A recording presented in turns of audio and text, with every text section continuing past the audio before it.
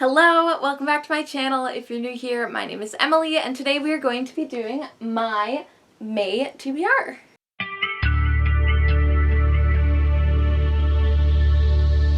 Oh no. Oh, I literally, as I begin to film the video, the sun goes away and it starts to rain. That's okay, I guess I'll just have to brighten it up in editing. Hello. If you hear wind, it's incredibly windy outside. I'll try to edit that out as much as possible. But hi, welcome back to this. I need to grab my my book journal. Why can't I speak? Why is it just getting darker and darker? So I need to grab my reading journal just so that I can see what's going on, which books I've chosen. Okay, so these are the books that I've chosen, and then I've got some audiobooks. It's a very small stack this month because I am participating in Minecraft-a-thon. I'm actually going to vlog the whole month, which I've never vlogged a month-long readathon before, so I don't know how that's going to go, but fingers crossed. Anyways, let's just get into the books. So, speaking of the Minecraft readathon, the beginning I chose the adventurer route, which is you don't need to do anything in order, it's just all kind of however you want to do it, which works better for me and my lifestyle because I'm very much a mood reader. So the starting book, you need to, what did it say? It said start, read an emotional book. So I chose Monica Hesse's They Went Left, which I did haul in a recent video. It is about children in Auschwitz. It's right at the end of the war, and this girl is trying to find her brother, and I just feel like it's gonna make me cry. Okay, so the next one is a Buzzwordathon prompt. The Buzzwordathon word for the month is house or home. So I chose The House in Poplar Wood, which is by K.E. Ormsby. I've wanted to read this book for forever. I saw it, I was looking, back when I worked at the library, I was looking for books to do book talks on, and this is one of them, like middle grade books. Yeah, so I'm just super hyped about it. It sounds really good. They're only, these kids work for, I think, for death. Yeah, they work for death and memory.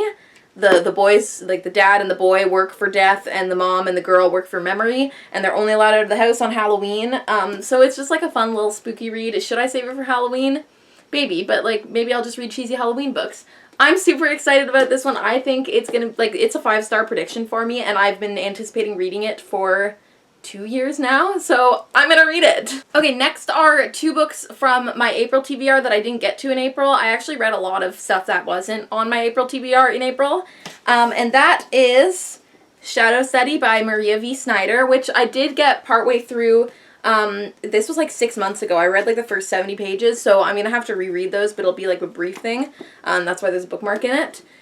Like, this is such an anticipated read for me, but I don't know, like, the idea of having to reread those 70 pages again just to get to the part that I remember, but like I have to because I don't remember enough, but there's something about the rereading part of it that I just don't want, which is weird because I love to rewatch shows and movies. I never watch new shows. I only rewatch the shows I've already watched. But I really, really don't like rereading books. It's like a weird thing. I don't know. But I really, really hope that I get to this month. And then the other one is Glennon Doyle's Untamed. This one is one that was lent to me, and I really want to get to it this month because I need to return it. And I think there is a borrowed book prompt that is on the Minecraft-a-thon, so I just realized that when I took my thumbnail and this stack here, I don't have one of the books, but like whatever at this point. Am I going to retake the thumbnail? No, but I do need to reach up and get this book. It's like not even on a shelf, it's on top of my bookshelf, so it's really high up. Okay, so let's talk about it.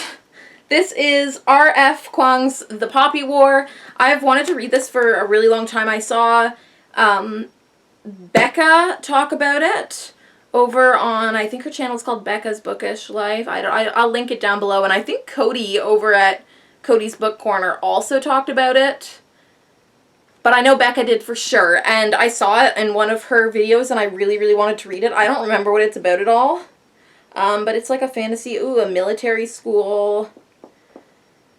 Yeah, I just sounds, they're called the Poppy Wars. So the 3rd Poppy War is coming. This girl's training in military school, but she's a peasant, and she's a dark-skinned peasant from the south, so she has to fight a lot of prejudice. And she's going to fight in a war as well. So I think that it's gonna be really good.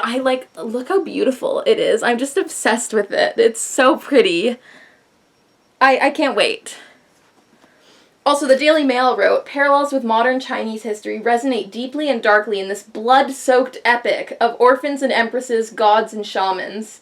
Like, that sounds great. Okay, next we have, like, my most anticipated book of 2021, and that is Kevin Sands' The Traitor's Blade. This actually doesn't come out till May 12th, but I guess my local bookstore, like, had it in stock already, and whoever was working in the warehouse, I say my local bookstore, it's Chapters, like, it's not local, but I guess whoever was working in the Chapters warehouse didn't know that the book isn't out yet, and they weren't supposed to ship it out yet, so when I pre-ordered it, they just sent it to me. I'm really excited about it, though. It's the 5th book in the Blackthorn Key series, which I don't know if you can see. Oh, it's literally behind this painting. It's, like, right over there. But it's one of my... The painting. It's one of my favorite books ever. It's just a great book series, and, like, they're middle grade books, but these are some of the only books that have ever really, like, scared me. Like, the second one with the whole plague doctor thing, like, that was genuinely frightening. I don't know what this one is about, but, like, I'm filming this on April 30th. I'll be posting it tomorrow on May 1st, and, like, I might start it tonight because I'm just so excited. Okay, and the last physical book I want to talk about is another fairly anticipated book, which is A Court of Silver Flames by Sarah J. Maas.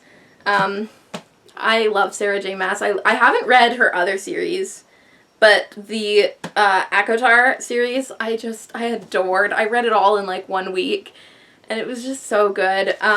So I'm excited to get into this. It's a big book, but I think it'll be fun, right? It's just, I don't know. I have a soft spot in my heart for Sarah J. Maas books, which are passionate, violent, sexy, and daring. Thank you so much, USA Today. That was their review of A Court of Thorns and Roses. I think A Court of Mist and Fury was my favorite in the series so far, so we'll see if this beats that or not. I don't know if it will. I'll probably need to, like, do a refresher of the series because I haven't read it since last summer. Anyways, that's the 6 physical books I wanted to talk about, and then I have 4 audiobooks, which instead of reading off my phone, I'm just going to read out of this book.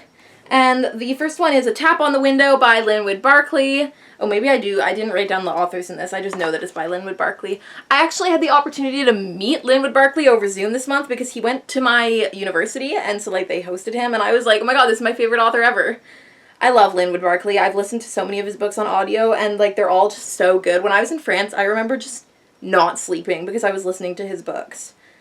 Okay, so, yeah, that one is the first one, and I'm really excited about it. I bet you I didn't even make, like, a little, like, you can make those collections.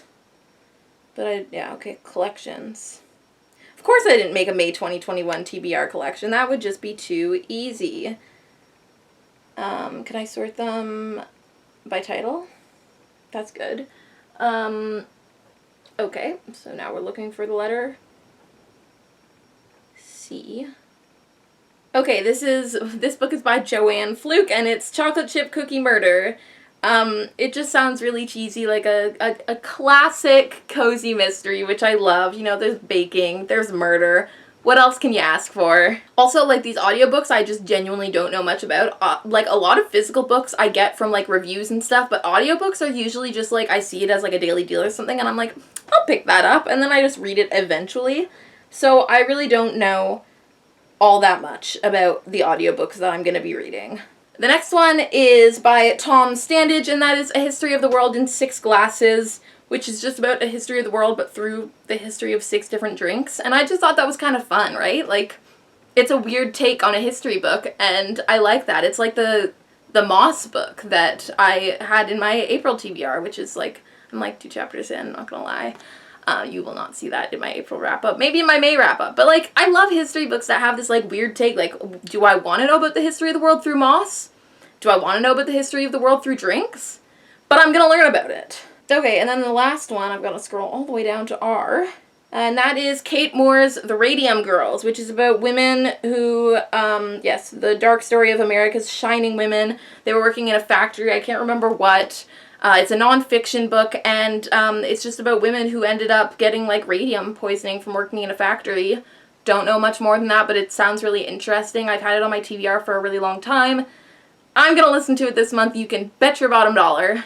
Anyways, that is it for this month. If you've watched to the end, thank you so much for watching. Also, before I finish, can I just say, like, look at my poofy sleeves. Aren't they so cute? It reminds me, you know, in Anne of Green Gables, when Anne really wants a dress with puffy sleeves, and Marilla's like, that's not practical, but like, what a waste of fabric. And Matthew's like, oh, but she wants it. Like, that's what this dress reminds me of. I feel like Anne after Matthew bought me a dress for Christmas. Anyways, thank you so much for watching this video. If you liked it, please give it a huge thumbs up. It really helps me. If you want to see more from me, you can hit the subscribe button and comment down below and let me know if you want to read any of these books. If you have read any of those... I'm talking too fast. Let me know if you have read any of these books and what you thought of them, what I should think of them, if you think I like them. I hope I'll like them all. Anyways, I will see you guys in the next one!